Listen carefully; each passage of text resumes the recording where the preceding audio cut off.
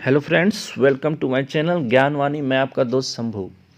आज हम लोग बात करेंगे वैदिक कालीन सामाजिक व्यवस्था के बारे में, अर्थात समाज कैसा था, खान पान कैसा था, रहन सहन कैसा था, इसके बारे में जिक्र करेंगे। तो वैदिक काल की जो सामाजिक व्यवस्था थी वो प्रारंभ में समता मूलक थी और सारे लोग एक विष नामक कबीले के साथ संबंध थे। परंतु अंतिम समय में, अर्थात ऋग्वैदिक काल के अंतिम समय में या उत्तर वैदिक काल के प्रारंभ में चीज़ें बदलने लगी।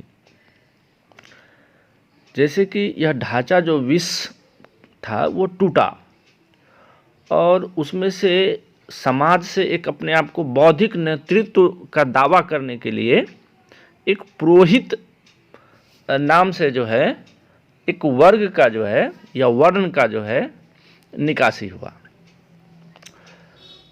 और दूसरा जो है वो समाज की सुरक्षा का दावा प्रस्तुत किया और उसने अपने आप को क्षत्रिय या राजन्य वर्ग का या वर्ण का बताया। इस प्रकार जो है ऋग्वेद काल का जो पीरियड है और उसका जो समाज है वो आपको 3 रूपों में दिखेगा, मतलब विभाजन, पुरोहित, क्षत्रिय या राजन्य और तीसरा सामान्य लोग। अभी इसमें वैश्य और शूद्र सम्मिलित नहीं हुए हैं, वो उत्तर वैदिक काल में होंगे।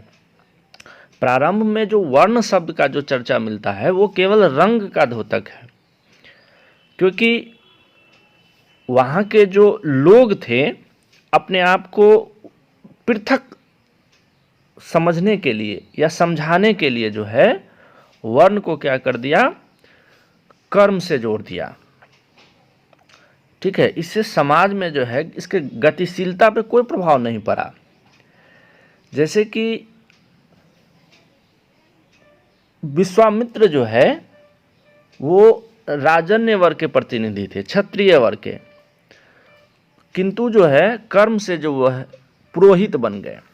इसी प्रकार जो ऋषि भृगु हैं वो पुरोहित वर्ग से आते हैं, किंतु उन्होंने अनेक राज्यों की स्थापना की, अर्थात कर्म से क्या हो गए, वो क्षत्रिय हो गए।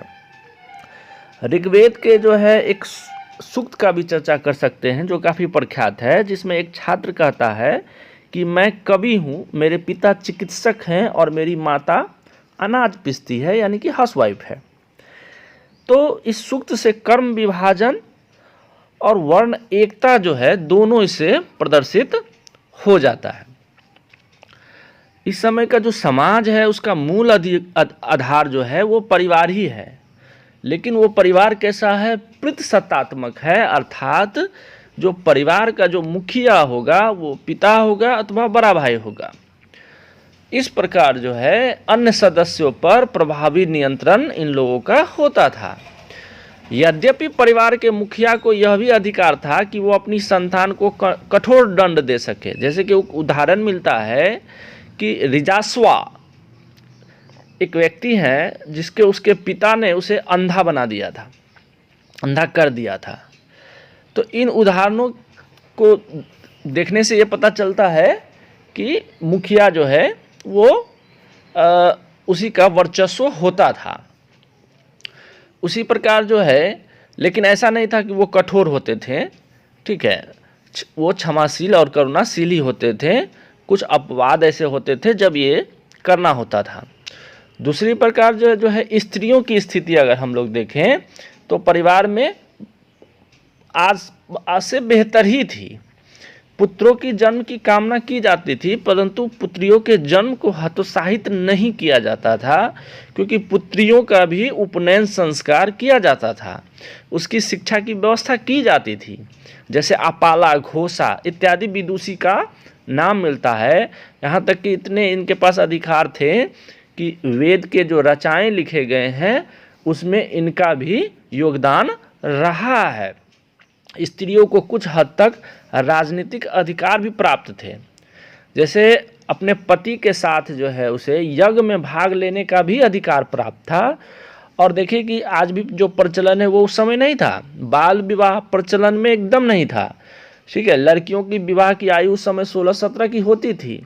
विधवा विवाह का प्रचलन था और नियोग प्रथा का भी प्रचलन था। नियोग प्रथा को हम लोग कभी भविष्य में और डिटेल में देखेंगे, किंतु ये समझ लीजिए कि ये स्त्रियों से संबंधित एक प्रथा है, जिसमें अगर उसके पति जो हैं कहीं बाहर चले जाते हैं, घर छोड़ के चले जाते हैं, या देश निकाला हो गया है, या नपुंसक हैं, तो ऐसी स्थिति में जो है स्त्रियों को किसी दूसरे पुरुष के साथ जो है बच्चे पैदा करने का अधिकार होता था।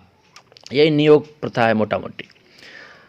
तो ये हो गए समाज की व्यवस्था। अगर हम लोग खान पान की बात करें तो मांसाहारी और शाकाहारी दोनों जो है भोजन इस समय उपलब्ध होते थे।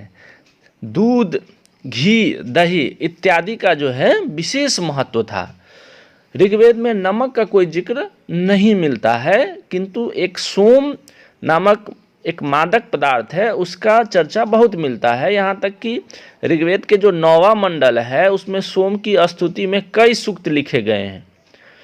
इनका जो आर्यों के जो वस्त्र होते थे वो सूत के बने होते थे, ऊन के बने होते थे और मृग चर्म के बने होते थे। मृग चर्म मतलब हिरन के चमड़े से बने होते थे। पगड़ी धारण किया जाता था।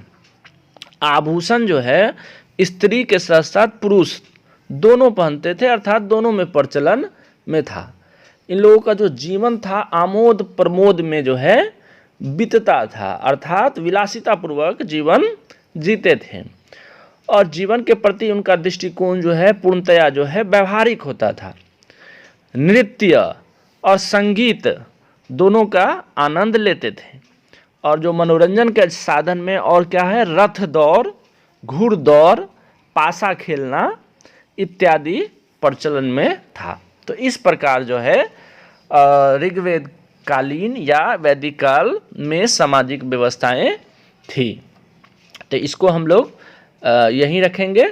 फिर अगले वीडियो में हम लोग उस समय की अर्थव्यवस्था पे भी थोड़ा सा बात करेंगे और फिर इसको उत्तर वेद काल के साथ क्या परिवर्तन हुए उसको फिर उसके अगले वीडियो में हम लोग देखेंगे। धन्यवाद।